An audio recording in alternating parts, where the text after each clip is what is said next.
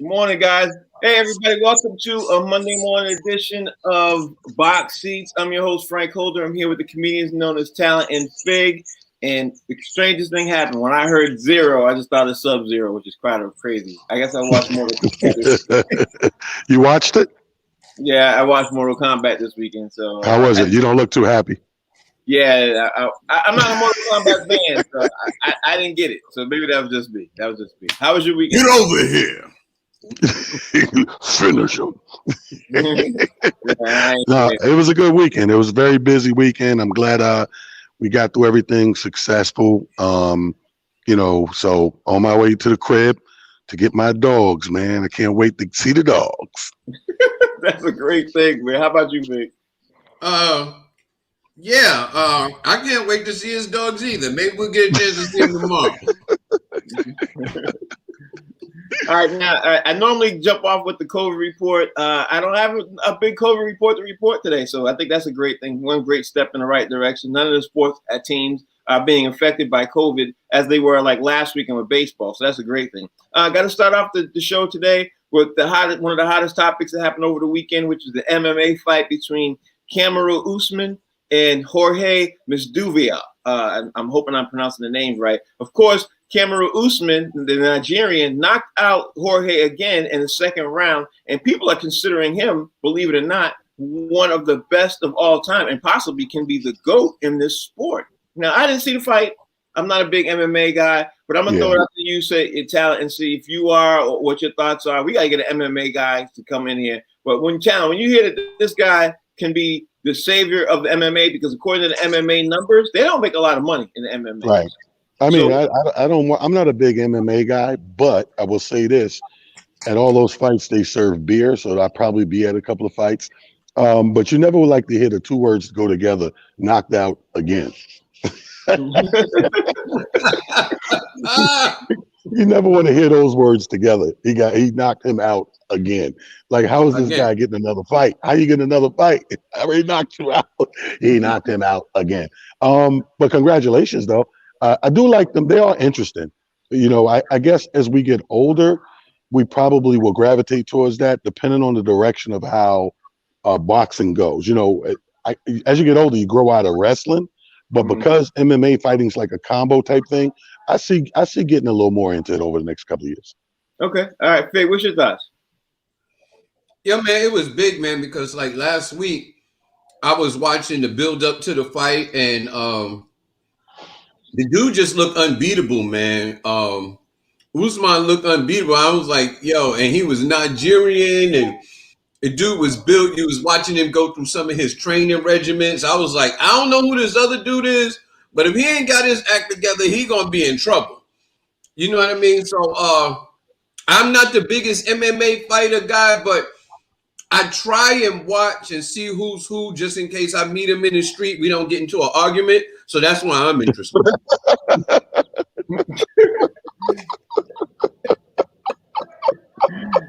Yo, this is the dumbest sports show ever.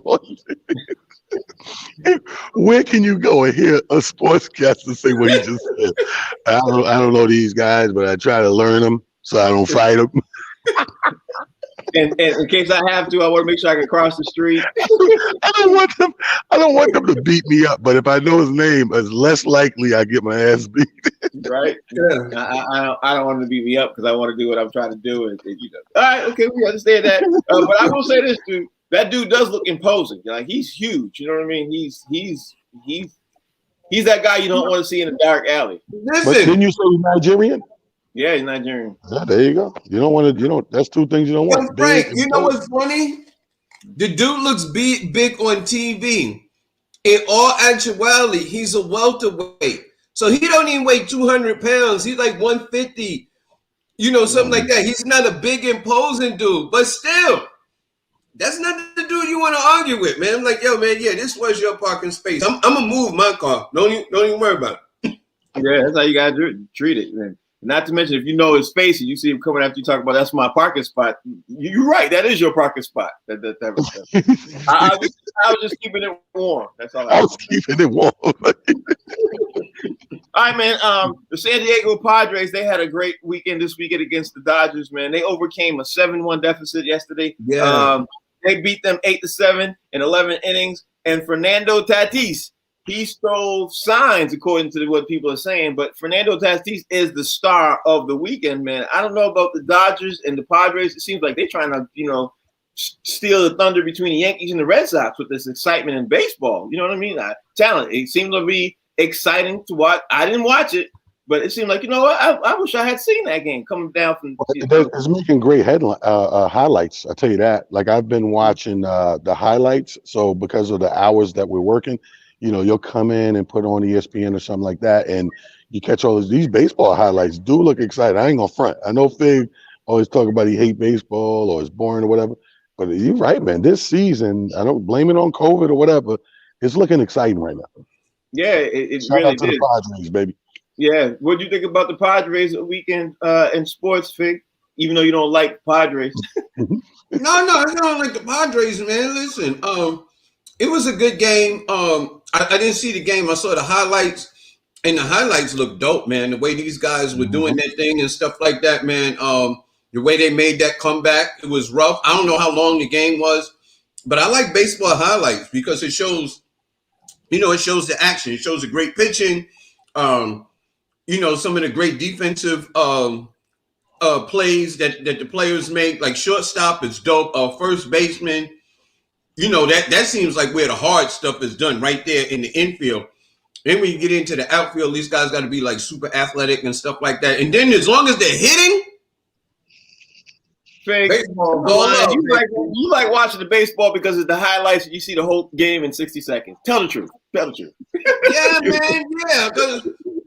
Listen, every sport is interesting with the highlights. Every sport, like listen, even if you're watching track and field, when you're watching track and field, it's like a long race, like the marathon and stuff like that, where it's going to be a while, where they're running a mile and all that stuff like that. You wait down to the last couple of laps, and that's when the excitement gets there. When they start jockeying for spots and they start their kick and stuff, that's when it gets exciting. I'm sorry, that's just me. All right, let me move on. Just throw this little caveat out there to you two guys. I don't know if you guys heard this, but the news came out this weekend saying that the Yankees were in discussions to trying to trade Aaron Judge with the Angels. So when you hear that the Yankees, as you know, the Yankees are doing really bad, they had a conversation with the Angels to discuss Aaron Judge. That tell you there's a bonfire going on in New York. Tell me I'm wrong. Let me tell you something. They better not. If you listen, somebody's head will roll literally if they do that. And guess what? If that happens, you're gonna be talking to some angels for real though. Somebody's gonna be here, and somebody's gonna be here. You're gonna be talking to some real angels. Don't do that.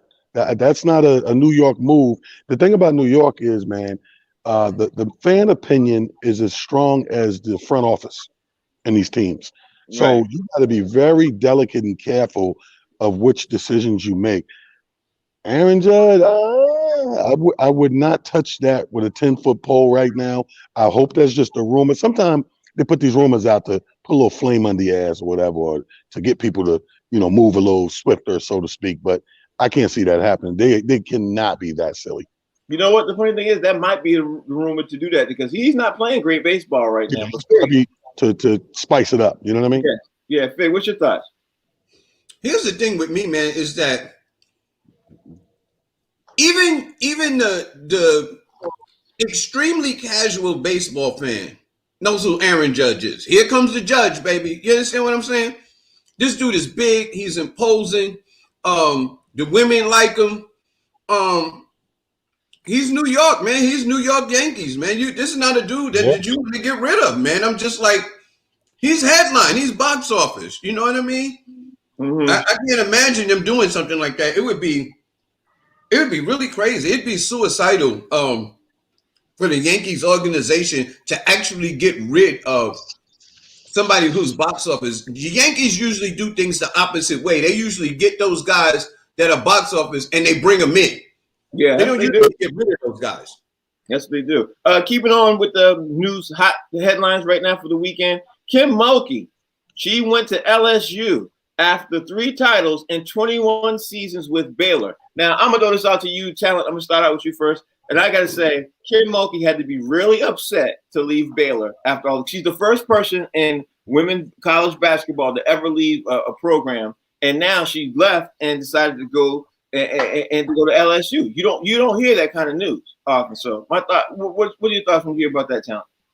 My thoughts are exactly as yours. She had to be really upset, and stuff like that makes you wonder what's behind that. What are you really upset about? Like, what's going on that we can't see behind the scenes to be the first to do that? You're right. That don't happen. You know what I mean? And for her to do it, I tell you right now, that's a story that I'm gonna Google as soon as we get off and see how deep I can go with that, because there got to be something going on. You know what I mean? I think that's crazy. I think that's crazy. Not only that, because I'm sure the money could have been matched. I'm sure everything could have been matched. You just made a lateral move. Yeah, why would you do that? I don't get it. Fig, what's your thought? To me, as soon as you say it, it just it screams either one or two things or a combination of the two. Either lack of respect, which means you're not getting paid, or you're just due. So I look. We're in America. The first thing when I hear a controversial story where there could be money involved, my first inclination is to follow the money.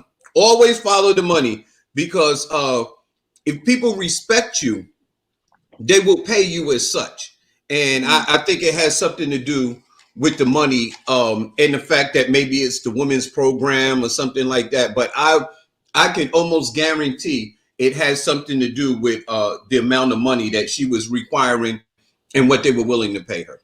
Probably. In other headline news, Central Michigan QB John Keller went to a party this weekend, and he got shot on campus. He was at a party on campus this weekend, and he got shot, and he's in serious condition. Now, I don't know what to say other than you don't really hear stories about a college kid getting shot on campus. You very rarely hear this at all. But this kid, he got shot. He's in serious condition, and some people are saying that he might not make it to see tomorrow morning, which would be really, really sad. But I don't know, Talent. I want to throw it out there. You can hear your thoughts on it. A kid going to party post-COVID, trying to have a good time. You know what I mean? And gets shot because of an argument. Somebody goes outside, gets a gun from the car, comes back in and shoots, and 2 other people. So, what's your thoughts? I hate these stories, man, because it's a testament to where we are with our young kids today. So I think it's just like the regard or lack thereof of life. You know what I mean? Like when we were younger, bro. And I know, young kids hate to hear when we were young, but it's a truth. It's a fact. Like we had regard for life. We may hate your guts and be at war with you, have beef and all those things. But that's so far down the line before somebody got a weapon that threatens somebody's life like that. Nowadays it happens like this. Like there's lack of regard for life. So just a few words, exchanging of words, somebody will go get a gun and blast another kid and take his life. And 2 lives get ruined in that instance, man. You got to realize, yes, you lost the life, the obvious part, but then this guy just ruined his life with a murder charge if this guy dies. Absolutely. Let me ask you this, Fig. When we were young, just like what Talent said, when we were young, the biggest thing was when somebody brought a knife. That was a big thing to the news. You know what I mean? Now, I don't know. What you think about when you hear this story? Man, it's kind of crazy because you think when first off, when you have a black child and you live in a certain hood or environment, you as a parent, you want that kid to grow up and to be able to live and to get out of that environment. And I think that a lot of parents, once they send their kids off to college, they have what's called that sigh of relief, because you figure like, at least they're out of the neighborhood. They're not around this block where all the nonsense is going on. And they made it onto the college campus where you would imagine that things would be a lot safer. And for a college kid to go and get a gun to shoot another kid is like, it's senseless. Like, over what? Mm-hmm. Absolutely ridiculous. It's horrific. I feel sorry for the parents. You know what I mean? To hear that something like this happens on a college campus is just absolutely ridiculous. And like Talon said, what happened to the days where you could knuckle up, have a fight, win or lose, you live to see the next day? Yeah. And I got to throw this out there too, because you said the black kid go to college and everything. I just want you guys both to know. I don't know if you know this or not, but this kid was white. So, Lord. So that's I don't want to say it's worse. It's the same, but I thought the kid was going to be black myself. I'm sorry to say that. I mean, it does. I mean, to me, when I heard this, that's what I'm saying. When I heard this, I just went to the kid zone. Like the color didn't even resonate with me to bring up. It wasn't even about Fig made a great point when we talk about our African American community, but just me in general, I think that the youth today has this blatant disregard for life, or you know what I mean, like the importance of life. Like they just don't value it the same. Yeah, it could be coming up under video games. You know what I mean? To be honest with you, it could be seeing so many all these video games that just kill other players, and I don't know. I mean, and social media, and social media, because they believe social media. Even social media is supposed to be predominantly for entertainment. And they really, really live their life through this thing, like likes and comments. All that stuff is deep with them. Yeah, it really is. Speaking of passing away and things like that, I don't know if you guys caught the news either. Another headline news: Oakland Raiders, the former defensive back Mike Davis, who I used to notice when he made some plays when I was younger. I was like, this dude, he's a beast. He passed away at 65. No one knows why he passed away, but I saw some reports saying it could have been COVID related, but another NFL legend passed away. They are going to possibly even look into this for CTE. All of this, man. I mean, same old story, bro. Bro, that's 65, man. Every time I hear somebody passing away and we don't know what it is, and you anywhere 70 and down, well, I would say 80 and down, really. It's like I remember growing up, and the goal or the expectation level was to live 90 or close to it. Mm-hmm. At least between 90 and 100. You can't even bank on that no more. Like 65? Come on, dude. Yeah. I hope it's not COVID related. I hope so too, bro. I ain't gonna lie. I hope so too. Fig, what's your thoughts you hear about Mike Davis passing away, former Oakland Raider great? Man, listen, it just seems, I mean, these are gladiator sports, like I always say, football to me is the closest thing to a modern day gladiator. And it seems like the life expectancy of a former football player is extremely short, man. 65, you can't come out and say that this is a baby or anything like that. But if you think about the average citizen, that is the retirement age. So if your retirement age is 65 and this dude passed away at the age of 65, then when was he supposed to collect his Social Security? Mm. You know what I mean? So that it would seem as though we expect people to live beyond that on an average, if that's the retirement age. And it just seems like it's way too young for somebody to be losing their life, Right. It's just sad. We're going to talk about the NBA, but I just want to talk about one thing real fast before we jump into the NBA. Kevin Durant and Mike Conley won an Oscar for a short film they made called Two Distant Strangers, which is kind of interesting because this would be following behind Kobe when he won his Oscar. If you guys remember, he won his Oscar for his animation short. So, Talon, my question to you is going to be, should we expect more NBA players, more professional athletes to cross the lines and jump more into entertainment and films and short films, things like that? You expect that? Yeah, I do expect that. I mean, it makes sense. Like these guys and women, even in the women league, they make a certain amount of money, and the life expectancy in the league is not that short, long. So you got to look into other endeavors. Where am I going to invest my money? How am I going to occupy my time? What other things am I interested in? So it makes a lot of sense. Like, Kobe set up that whole media thing. LeBron followed. And media, period, there's so many tentacles to that octopus. Like you can reach over here and do newspaper or news. You can reach over here to stay in sports. You can get into the film, the television aspects. You can managerial marketing. All of these things fit under that same umbrella. So I think so. And I seen that movie. That short film is amazing. Oh, okay. That's dope. It's amazing. You didn't see it? No, I didn't see it. Must see. It's a must see. I wish I had. What's the name of it again, Frank? The name of Two it Distant is Strangers. Yeah. It's really, really well done, and more importantly, the message in it. It's amazing. Fig gonna cry. If Fig see, he gonna cry. Where you see it? Yo, man, listen. It's on Netflix. I mean, it almost seems like if you're a superstar basketball player, the rite of passage is to go into Hollywood and do a film. I mean, like we talked about, Kobe just won an Oscar. Let me tell you something about acting. The one athlete that I think is really good, and I thought was very, very, very good from the very beginning, is going to knock a couple of y'all off your seat. LeBron James. I don't know if you ever remember when LeBron James first got into the league, he was doing those commercials where he was doing like multiple characters. I was like, yo, this dude, not only is he a great basketball player, but he's a hell of an actor. He was pulling off like some Eddie Murphy, Richard Pryor, multiple character type thing, and it was just absolutely amazing. I think about Kevin Durant talking about two distant characters or whatever, stuff like that. It sounds like a story about him and Russell Westbrook. That's horrible. That's absolutely horrible. He said that. Two distant strangers. No, it's a real good film. It's on Netflix.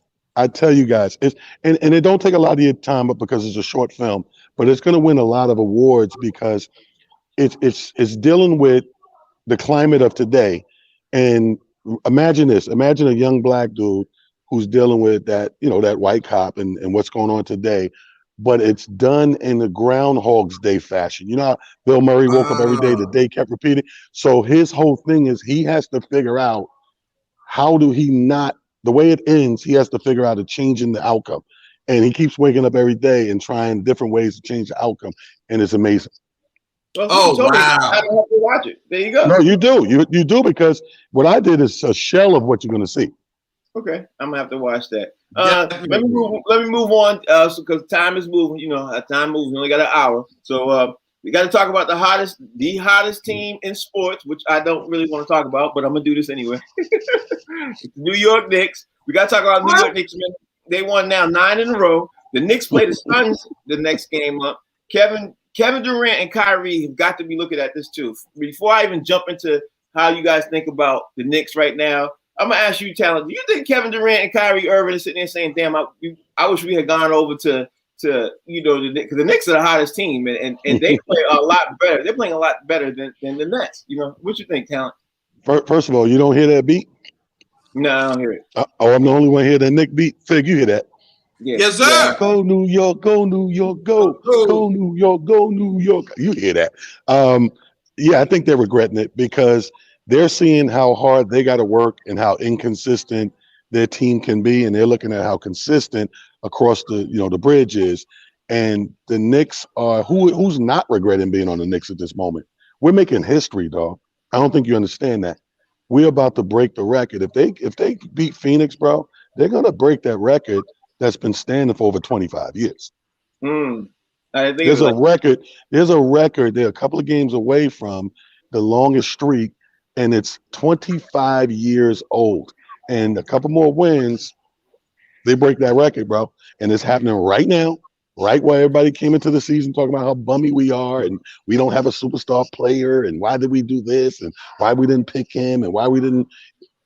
I said when we didn't get Durant because he was going to miss that whole season and he wanted that 150 mil, whatever.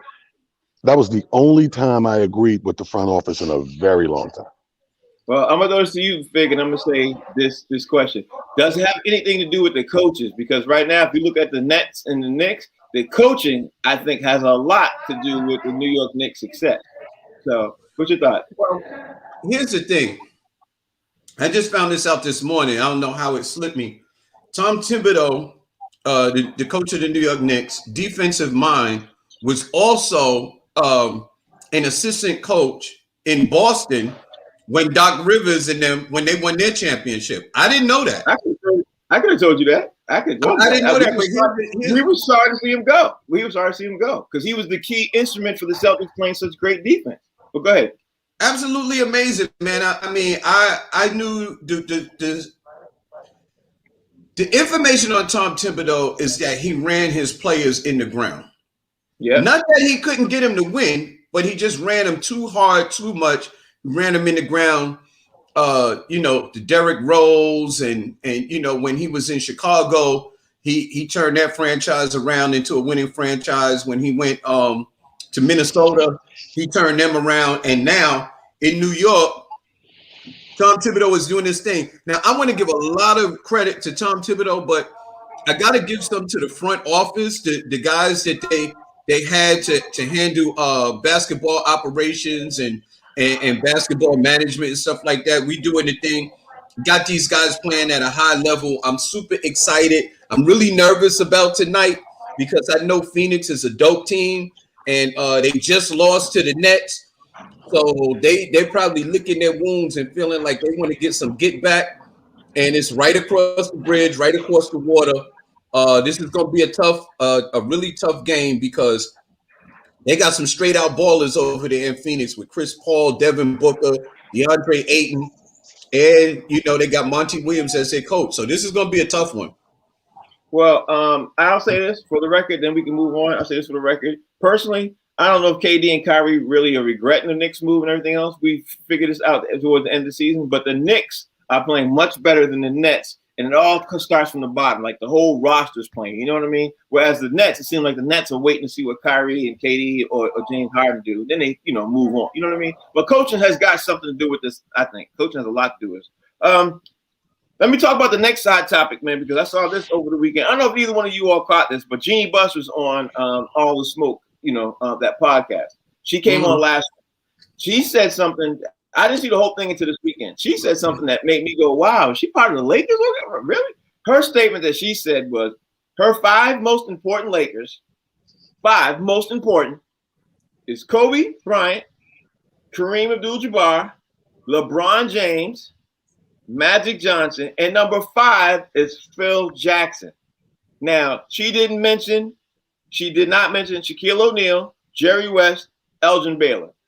She put Phil Jackson in it. Now, if you're not a Lakers fan and everything else, you could say, hey, okay, but honestly, I think Jerry West has got to be at number 1 because Jerry West set the tone for what the Lakers was going to be for the rest of that franchise. Depending on how you look at Jerry West or Elgin Baylor, you know what I mean? You got to put one of those guys in there. She didn't have none of those guys in there. I understand her thought process, but tell me what you think. You gotta look at it like this, Frank. You got to look at Jeannie. The father and the daughter would be different. I think it's generational. Right. She's coming a little younger in there. So don't get me wrong. You obviously have some bad feelings about Shaq leaving, to not mention him, but because he's in that era. But I could see her leaving out the Jerry West and the Elgin Baylor because of her age. She said her most important Lakers would be those. It makes sense other than leaving out Shaq. But I was a diehard Laker fan the whole Magic era, and I would probably change a couple of those people as like my top 5 Lakers of all time. Shaq would definitely have to be in there. Kobe would be in there. Magic would be in there. But I wouldn't leave out. You got Kareem. How do you skip over a Worthy or something like that? Right. And then on top of that, since she dated Phil Jackson, notice how Phil Jackson's number 5. You know what I mean? I'm like, that don't make no sense to me. Phil Jackson would not be on my list, yo. Mine either, but I understand why she added him because he brought in some rings up in there too. Fig, he put that pipe down. Yeah. No, man, let me tell you, it's crazy, man. I was going the exact same direction as talent because I thought it was generational. Why she didn't have Jerry West and Elgin Baylor. Phil was somebody that she dated, and when the Lakers were losing, a lot of people don't realize this is when Shaq and Kobe were together for the first year, they didn't win anything. They didn't win anything until the Lakers went out and got Phil. And then once they got Phil to coach Kobe and Shaq, because when they started winning.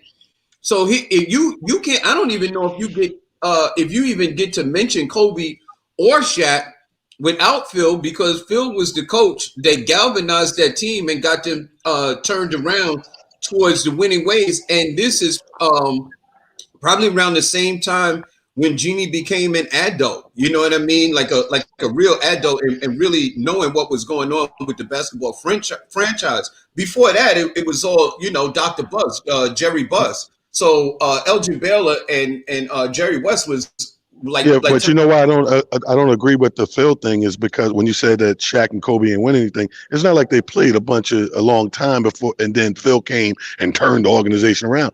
They didn't win a chip yet, but they just got together. Mm-hmm. Yeah, right? Don't forget Kobe was really young too. So really, it's almost the same way that people heap praise on Steve Kerr because he went to Golden State and then they began to win. You know what I mean? After Steve Kerr got there, unfortunately, Mark Jackson laid the foundation. Then Steve Kerr came in and got them, over the hump and got them towards, their winning ways. But you got it. I mean, look, she dated the guy for like 100,000 years. You got, you got to throw him in there. She probably still burning that candle. Let me just say this.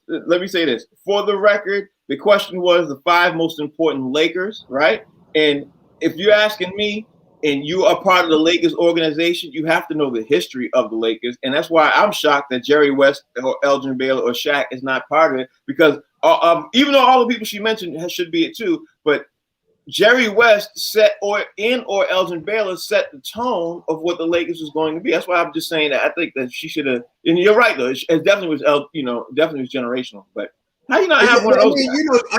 Did she say that was important to her? Was that the question, Frank? No, the question was, who, in your opinion, who were the 5 most important Lakers of the Lakers organization since the inception of the Los Angeles Lakers? Since they even talking about when they were Minneapolis Lakers, you know what I mean, before they moved to LA. Wow. The question was, who are the 5 most important Lakers? And I'm saying Jerry West and Elgin Baylor because they set the tone. The Lakers, look, they were losing anyway all the time, but they became the franchise when they moved to LA. They became the franchise when they got these big name players. Hell, Jerry West is the logo. Jerry West is the logo. If you go all the way back to Minneapolis, then you got to put in Mikan. You got to put in Jordan Mikan if you go back to Minneapolis. But I mean, look, my top 5 Lakers, I would say Kareem because he's the captain and probably the most dominant big man ever. Kobe Bryant, Magic. Man, that's my top 3. I guess I'd throw Shaq in there too because Shaq goes along with Kobe and I love James Worthy, man. James Worthy back in the day to me was just like. That's what I'm saying. How could you leave out Worthy? You know what it is? It's like some of these people come with other people. Like Batman got Robin, Shaq had Kobe, and Magic had Worthy. You know what I mean? Kareem had Magic. That's the connection. You know what I mean? But Kareem had Magic, so Magic's already in there. You know what I mean? Magic came in as his Robin and then became his own Batman in his own right. Right. Yes, you know what I mean? And the same thing with Kobe to Shaq. Shaq came in the most dominant center. Hands down, when he was playing, there was no centers more dominant than him and his physical. And Kobe was his Robin, which metamorphosed into his own Batman. Man, now you know it's kind of crazy. I know it's gonna be a little side note. You know who I'd like to see play with Kobe or with some of them greats? Wilt Chamberlain. That's definitely. I'm not a Wilt Chamberlain fan. That's definitely a side note. Let's keep it moving. I don't know. Let's keep moving. Are you guys, either one of you guys, I'm sorry what you telling, either one of you guys impressed with Steph Curry setting the threes in a month record? You know, I'm sorry what you think? I'm impressed, but I'm also mad that we're having this MVP conversation. I keep seeing it all over the TV. Oh, he's in the conversation now because he shot lights out and he's the record breaking and all that. That makes the league very hypocritical to me. Because when I brought it up, I was politely correct by Frank and Rodney that you can't be on a losing team and be in that conversation. And his team's not winning. They just barely breaking the ice, trying to sneak into the playoffs in that last play-in spot. But they're putting them in that conversation. I mean, don't get me wrong. If we're just talking about the 3-point record, kudos. He's a beast at that. We know that. We know who Steph Curry is at this point. Yeah, I love him. But I will say this for the record: if he is, then Jordan should have been. And if you go down the list of people who were on losing teams and should have been MVP. But we don't set the rules. Fig, what's your thoughts? I'm not putting him in the MVP conversation, but I do think it's incredible that he's able to do this for two reasons. One, because he doesn't have a super co-star next to him. So basically every single night, the team that is playing the Golden State Warriors say, if we stop Curry, we win this game. So he's getting all of the focus, the double teams, the triple teams. He's getting the main focus of the defense. And without, a superstar counterpart, he's basically, I hate to use this term, but he's basically willing this team to win on his shoulders, and his stature and size doesn't make it seem like he should be able to do that. And when I think about players that could do it like that, I think about the LeBron James. I think about the Kevin Durant because their size and their stature, and they can impose their will. Steph Curry is 6'3". He can't really impose his will. All he could do is shoot. So to me, for that reason, it's really exciting. You know what I mean? To see him be able to do that. Last question about the NBA before we got to move on. Karl Anthony Towns looks like most definitely he's going to be traded this offseason. Right now, Miami's trying to be the ones that's putting in the most work to try to get him. But I will say this. What's your thoughts on him being traded to go anywhere, or should he stick with Minnesota? Where are you expecting to go, Talent? Go New York. Go New York. Go. Yeah. You know where he going. You know where he going. Go New York. Go New York. Go. You know where he's going. It's the thing that makes the most sense. If he's definitely getting out of there, he's going to New York, or he's going to try his damn best. And don't think it ain't going to be reciprocated on the other side. They're going to be in that front office pulling strings and firing ball boys and juice guys and hot dog stands, moving mountains to make this happen. I see a big whirlwind because you knew when New York didn't do anything in that little trade time, they was up to something. Yeah, but I'd be scared about what the Knicks would give up to get him. That's the thing I'd be scared about because they got a nice little nucleus right now. Fig, what's your thought? We got a lot. He's not under contract. They ain't got to give up nothing to get him. Who's not under contract? Karl Anthony Towns, right? He is under contract. I said traded. He's not a free agent. He got to be traded. Give up something to get him, man. It ain't gonna. Believe me, I don't think it's gonna be. It ain't gonna be Julius Randle or it ain't gonna be nobody like super significant. Let me just tell you this. I like Tom Thibodeau likes his guys, and he knows what his guys could do under his tutelage. You know what I mean? Under his coaching umbrella. He has Taj Gibson, got Derrick Rose. Karl Anthony Towns just seems like a natural progression. And quiet is kept, man. They going for that dude out there in LA, man. The golden the point guard. Schroeder. Schroeder. Yeah. They're going for Schroeder. So, man, I think that with an addition of a Karl Anthony Towns and Schroeder on the Knicks, with what we got in our nucleus now, Lord have mercy. Hey, bro, how about Derrick Rose right now? Yo, I'm doing the damn thing. He is balling. But let's talk about the NFL now. We got to keep this thing moving because this week is the draft. Like the NFL draft is this week. A lot of people are sitting up there on the edge of their seat, can't wait to see who's going to get what and where everybody's going to land. But the San Francisco 49ers came out over the weekend and said through certain sources that Trey Lance or Mac Jones is who they're going to get for the third pick. And then speculation started to come out that if they're going to do that, then they're definitely going to trade Jimmy G. So Talent, what's your thoughts about that? Well, I think I said that about the Trey Lance. If I'm mistaken, I think I called that one because it looked like an obvious thing. But here's my thing, man. I think for some reason, Jimmy G has turned into the journey quarterback. And I didn't see that coming. But when you look at the last few seasons and how he's valued and kind of like always coming up in these talks and traded around and moved around. At first, the first time I thought it was maybe a Jimmy G choice. I'm not thinking that no more. I'm thinking he's going to be that bargain chip quarterback journeyman. I'm not mad at that. Well, Charles, the reason why he's starting to move around now is because he gets injured a lot. He ain't playing a lot in the last 3 seasons. He hasn't played a lot. He's played half the game. I'm not mad. I'm not mad at that. Yeah. Fig, what you think? Let me just say it like this. Mick from the Rocky franchise, the trainer, the Rocky franchise, women weaken legs. So with Jimmy out there in San Francisco with all of those adult film stars, I think he's expending a lot of testosterone, a lot of energy on the off time, which makes him a little weaker when he gets on the football field. He was much better up in New England without them women banging on his hotel door or his house. You know what I mean? He was stronger.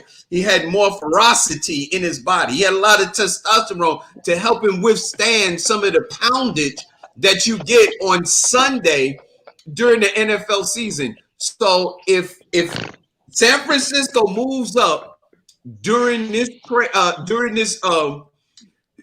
draft on Thursday, I could see Jimmy G ending back up with his dad, Bill Belichick, and I think they'll do something very special. San Francisco's number 3. They ain't going up. They can't go any higher. They think no. But I'm just saying because they picked number 3, that means that Jimmy G will probably be available for New England to make some kind of move. San Francisco. That's who Bill wanted. That was his boy. That was his boy. Can we recognize the word poundage? Can we not just act like that didn't happen? I would say this for the record. I don't think Bill Belichick wants him back because of his injury history. He's not. He don't like. Oh, that's horrible, Frank. You don't like a lot of players. You don't want him back. No, I would like him back. I just don't think Bill Belichick's gonna take him back. I think Bill Belichick wants one of those young studs that you see coming up off the ground. That's bring a couple of girls with him. Bill would be really happy. Jimmy G, Bill Belichick, and the dog. Bill ain't playing that. Let me ask you all this too. Do you think the Miami Dolphins should draft this kid named Devontae Smith, who's a wide receiver, won Heisman Trophy? He's only 6 feet tall, 166 pounds. But they gave his stats right now on how fast he is, his hand size and everything else. His speed is. I think he could be the fastest player in the league. His hands is huge. His length is this dude, he has everything except weight. So talent. What do you think? I think you guys got to be careful with these words. I think at 6 feet, if he has all this agility and he can do all these things and he's super talented, to me in football, that's a plus. I mean, you only really want tall quarterbacks at there's tall jobs, and then there's everything else. You know what I mean? You're blessed if you get a quarterback and he's tall. Yeah, that's extra blessed. But let's face it, other than linemen, receivers, and quarterbacks, all those other little jobs in there, man. If you're 6 feet and got super talent, that's a plus. You take that. I'm on that side of that. I would agree with that. That's great. Fig, what's your thoughts about Devontae Smith? Yo, man, let me tell you something, man. If you need a wide receiver, you go get this kid. This kid, man, he's incredible, man. He jumped off the screen to me during the last season, man, when he was playing. I was like, yo, this kid is making some incredible moves. He runs his routes. He's got incredible hands. He's fast. I think about the receivers, man. When you think about some of the best receivers, they're not really the biggest. I mean, you got a handful of guys, you know what I mean? But for the most part, receivers are not that big. I think about Jerry Rice. I think about Odell Beckham Jr. these are not the biggest guys in the world. And the two dudes that did the damn thing up in New England, they were Lilliputians, man. These guys were miniature with the Wells Wecker, and Wes Welker, and what was the other dude, man? Julian Edelman. Junior Poundage. Yes, Edelman, right? In New England, man, they were little dudes, and they didn't have the speed and the hands like this dude, man. I'd snatch him up if I need a receiver. He's first on my list. If he's there, I'm taking him. So, which brings me up to the point I want to ask you guys, because the New York Jets is going to be, everybody's going to look at them because they got the number 2 pick. So everybody's saying that the Jets are going to go after a running back, but the Jets should go after a QB because they got rid of Sam Darnold. So, talent, you're the GM. You're sitting there on the sideline. Sam Darnold's nowhere. Now, you're going to have your pick of a lot of, quarterbacks on the board right now, and you could make a whole lot of moves right about now. Are you picking a QB with your first pick or a running back with your first pick in the draft? I think that if I'm the GM and I'm in the position that he put me in right now, I could go either way. We've been known as the Jet organization to get what I call like quarterbacks for hire, these temp guys. These 1 year, 2 year guys. So if I get the running back, I don't mind getting a talented back and then start building around that. Get me a quarterback for hire, somebody that's available out there already for a couple of dollars for this year or for the next 2 years. And I would get the running back if it was me in the position they're in right now. I wouldn't mind. So you get the running back first before you got Trey Lance, Justin Fields? Yeah, because the way they did this, it looks like they're in a position, they put themselves in a position to build a different way. Because if they wanted to build around a quarterback, you would not have gotten rid of Sam Darnold. Yeah. If you was going that route, I don't think they're in a position to go that route now. You're at the questionable level. You know what you have in Sam Darnold. Now you're at the questionable level. You divert it back. So I see what you're doing. You want to get tough and rough, and like we used to have the Gang Green. They're trying to do that. So they're looking at linemen and tough stuff. So if you're looking at lines and tough and tightening your defense up, go with your run game. Why not?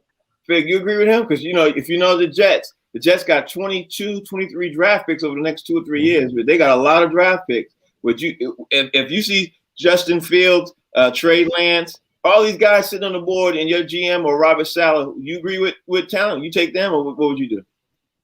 Well, I think the Jets made a big mistake by getting up off of Sam Darnold. That's number one. I agree. I would have to get a quarterback, because without a quarterback, I don't give a damn what you got on the field. You're not winning. So the most important player on any NFL franchise is the quarterback. And if you don't have one solidified, you're not going to win. And you're in a conference where you got to go up against Miami. You got to go up against New Patriots. England. Buffalo, like, man, you need a QB, and these other players like a running back and stuff like that are players that you can get later in the draft. You can find a really good running back in the second round. So I would go for my quarterback first if I were the Jets. But what I would have did, I would have kept Sam Darnold. I would have shored up my line, or I most definitely, I would have went for that tight end. I would have went for that. Back to poundage. Yeah. I would have went for a tight end or a wide receiver. Let me ask you all this, man. Let me keep this thing going on. The Dallas Cowboys are looking like that they're going to try to make some noise too. But at the end of the day, from the word that's coming out of Dallas, we all know they need defense. But it looks like they might try to get that tight end called Kyle Pitts, who's supposed to be one of the best tight ends coming out of the draft in decades. If you are a Dallas Cowboys talent, do you go with a defense because their defense was horrible, or do you go to offense and give them a tight end? I'm going to defense. If I'm Dallas Cowboys, I'm looking for defense. Like, here's the thing, man. Like, it's simple arithmetic when you look at these things. You know what you're missing. You fill the void of what you're missing, and you get better. That's simple. I don't care what team it is. Like, so Dallas, your defense sucked. And here you are, got a chance to pick something. You picking anything other than defense, you don't want to get better. Yeah. at the end of the day, I got to say this. The Dallas Cowboys are supposed to be America's team, and they're in the NFC, NFC East. That's the worst conference in football. If they get a little bit of defense, they could definitely They could definitely be assured of going to the playoffs. Just a little bit. They are South America's team right now. South America. South America, what? The airline? Southwest. What you think, Fig? Yo, the Dallas Cowboys, if they don't mess around and get defense, man, Jerry gonna have them flying on Spirit Airlines. This is basically the airline that got a dog on the side of their planes. Greyhound with wings. This is basically what this is. Yo, man, I'm just saying, Dallas needs defense, but I like Pitts. That's the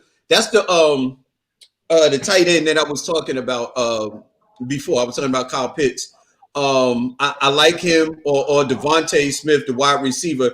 To me, other than the quarterbacks, these seem like the two best athlete position players that are available in this draft. And if you have any opportunity to get one of them, then you definitely draft these guys. But if you're in Dallas, you need defense, and if you're the Jets, you damn sure need a quarterback. Because I don't care who you get, you ain't got a quarterback, you ain't doing nothing. I'll say this for the record. The problem is Jerry Jones gets he gets into the problems too much. He's an owner. He gets into it too much. I think he should let the guys who do the stuff, let them make the decisions, because Dallas Cowboys need some defense. Like, that's what they need. They should do anything else. Now, the Atlanta Falcons, they come in at number 4. And last question, real fast. You got 60 seconds apiece. Should Atlanta Falcons draft a QB talent, or what should they do? I never thought they should. I think they got one of the better quarterbacks. You know what I mean? He might not be top 5, but they're good in the quarterback position. If I'm the Atlanta Falcons, I'm drafting something else, man. I'm working on that line. All right, Fig, what's your thoughts? Man, Atlanta Falcons, man. Look, right now, I'm taking the best athlete on the board. You know what I mean, to address whatever needs I have. If you need an offensive line, you draft offensive line. You need defense, you draft defense, because if first off you don't have an offensive line, you can forget it. I don't care who the hell is your quarterback. We saw what happened with Patrick Mahomes in the Super Bowl when you ain't got an offensive line, and he's thought of to be the greatest quarterback today. So if you ain't got an offensive line, you better draft him. All right, y'all, that's it. That's the show. Got to roll up out of here. Talent, tell everybody out there how they can follow you, brother.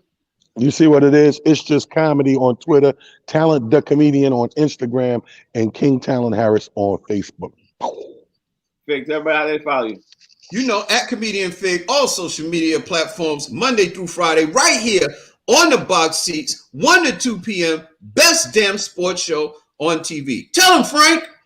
Yeah, y'all know the name of the show. The name of the channel is called The Humor Mill. It's on Monday through Friday. You know the time, 1 o'clock, 1 to 2. We'll be back tomorrow. This week is the NFL draft. We're going to have a guest coming up this week talking about the NFL draft. Y'all know how we do. You'll see tomorrow. We'll talk more about that. A lot more excitement's coming up too. And, of course, the NBA. And then, of course, just some Major League Baseball. So we'll see y'all tomorrow. Y'all have a good weekend.